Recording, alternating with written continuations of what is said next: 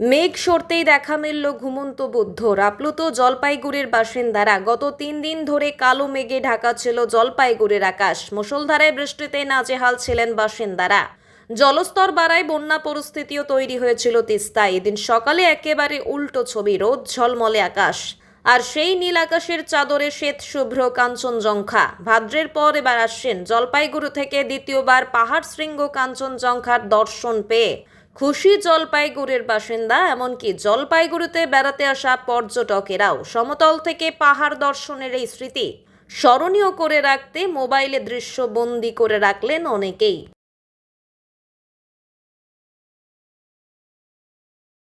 আমার নাম নীলাদ্রি নীলাদ্রি কি বিশ্বাস।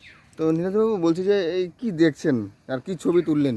এই যে কাঞ্চনজঙ্ঘা দেখা যাচ্ছে এখান দিয়ে, তো মানে আমি তো এখানে তো নতুন এসেছি, তো এবার যাতায়াত করে এই রাস্তা দিয়ে, কিন্তু আজকে এরকম প্রথমবার ভিউ দেখতে পাচ্ছি এখান থেকে, দারুণ লাগছে দেখে। তো কোনদিন গিয়েছিলেন? না, যাওয়ার তো কখনো সুযোগ হয়নি। আচ্ছা, আমার নাম প্রশান্তনাথ চৌধুরী। হ্যাঁ, কাঞ্চনজঙ্ঘা। কাঞ্চনজঙ্ঘা এবছর একটা মাঝখানে প্রচণ্ড বৃষ্টিপাত হয়েছে। বৃষ্টিপাতের পরে আজকে নীল আকাশ দেখা যাচ্ছে।